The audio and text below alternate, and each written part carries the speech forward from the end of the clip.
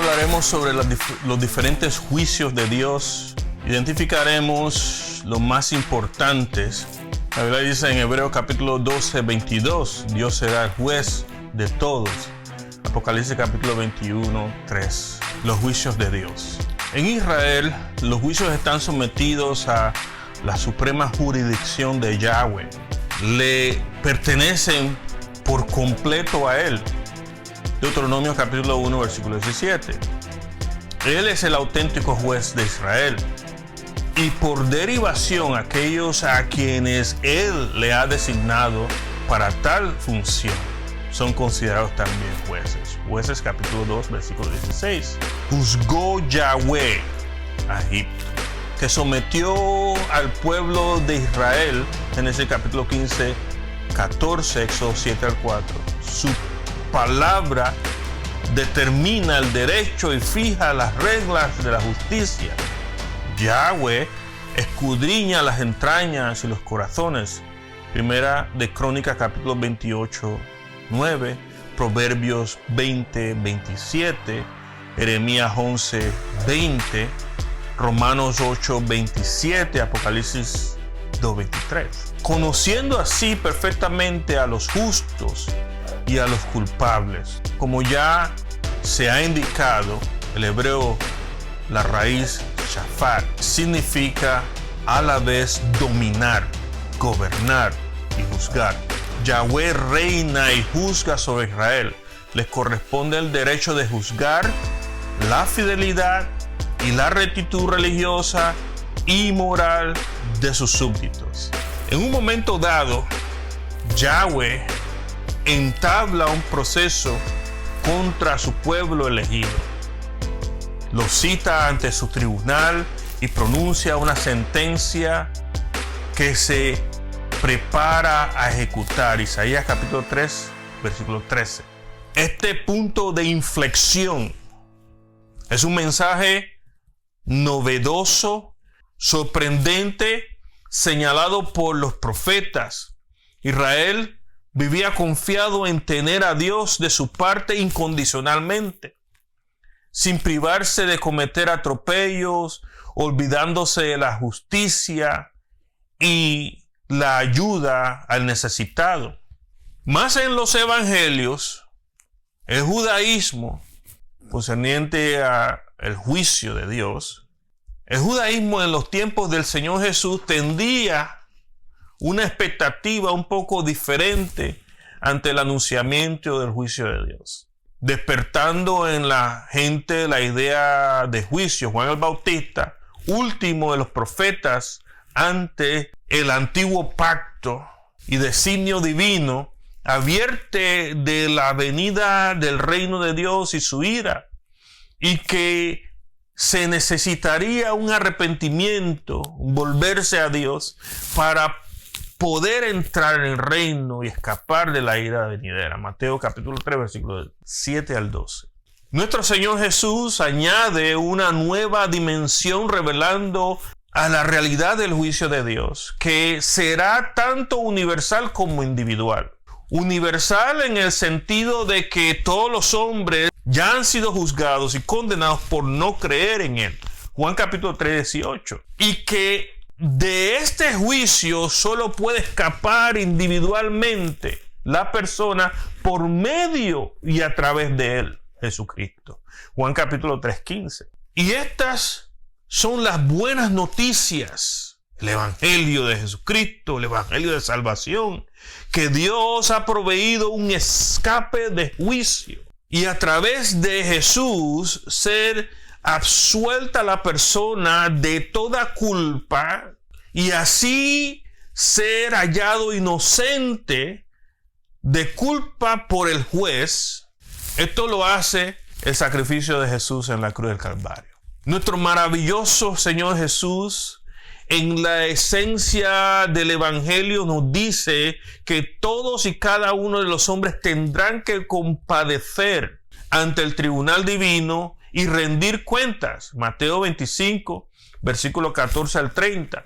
Se entiende, por tanto, que la llamada no se dirigía a la nación ni a la reforma de la sociedad, sino al individuo cada uno, cuya urgencia es convertirse, cambiar de mentalidad, cambiar de vida, dejar la mundanalidad y aceptar que en Cristo ya ha comenzado los últimos tiempos.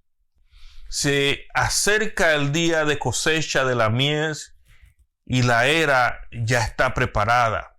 El aventador está en la mano para separar el grano de la paja. Dice Mateo capítulo 3 versículo 24. Mateo 25:1. La predicación sobre el juicio forma parte esencial del mensaje apostólico y parte esencial del Evangelio de Dios, porque es la presentación del hombre en su circunstancia, y ahora todo hombre que escucha la advertencia de juicio tiene que tomar una decisión. Y fue así también en el tiempo de Noé, y también fue así en el tiempo de Enoc. Este mismo mensaje de juicio por causa del hombre y su rebelión, su negación, su soberbia, su orgullo, su alejamiento de Dios, es el mensaje apostólico que incluye la proclamación de escape de este juicio divino, que es para vida el mensaje, pero anuncia el juicio divino para muerte, en vistas al cual la única preparación posible para escape es el arrepentimiento y la fe en Jesucristo. Y por arrepentimiento queremos decir que la persona, en vez de ir en dirección opuesta a Dios, alejándose de Dios, el arrepentimiento se puede demostrar de manera gráfica como una persona que está constantemente acercándose a Dios. El que se arrepiente quiere acercar más a Dios. Es un giro de 180 grados. En vez de ir en contra o fuera del centro que es Dios, la persona cuando se arrepiente entonces quiere venir hacia Dios. En el primer discurso registrado en el libro de los Hechos, Pedro insta al arrepentimiento y al bautismo en el nombre de Jesucristo para perdón de los pecados, como el medio elegido por Dios, no el hombre, para recibir el bautismo o el don del Espíritu Santo en estos últimos días. Hechos capítulo 2, 38, 3, 19. Una vez perdonados los hombres de sus pecados, no hay más amenaza de juicio pendiente. Este es el mensaje del Evangelio: arrepentimiento y perdón. En Lucas capítulo 24, versículo 46, dice: les dijo, así está escrito, y así fue necesario que el Cristo padeciese y resucitase de los muertos al tercer día, y que se predicase en su nombre el arrepentimiento y el perdón de los pecados en todas las naciones, comenzando desde Jerusalén.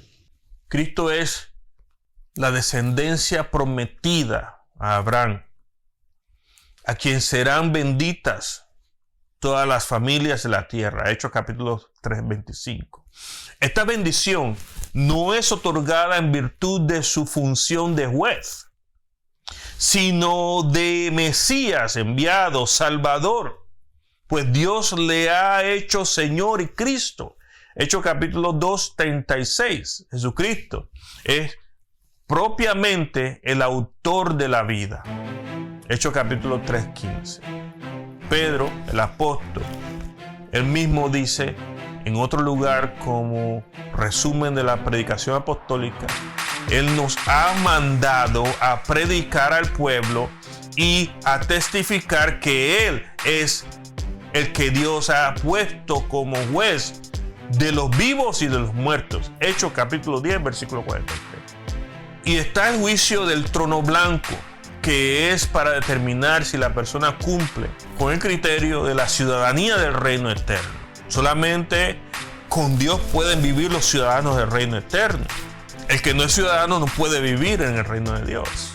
El que no quiere ser ciudadano no puede vivir en el reino de Dios. Dios no va a obligar a la persona que no quiere saber nada de Él a vivir cerca de Él por el resto de su eternidad. Sería una injusticia, sería un castigo para esa persona que no quiere saber nada de Dios. Más sin embargo, si esa persona se arrepiente de su error y creen en el Señor Jesucristo, entonces sus obras serán examinadas.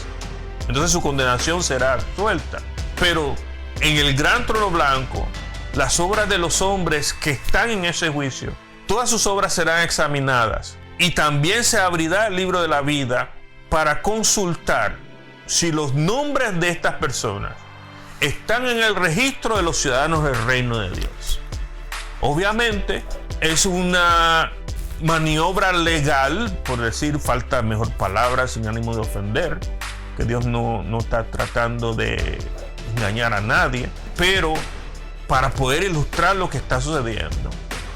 Las obras de las personas van a estar examinadas de acuerdo a lo que está escrito y se presentarán las obras buenas y malas de estas personas.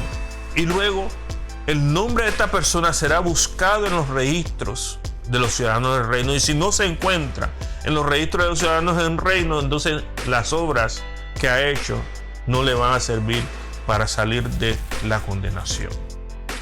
Dios te bendiga y Dios te guarde. Shalom.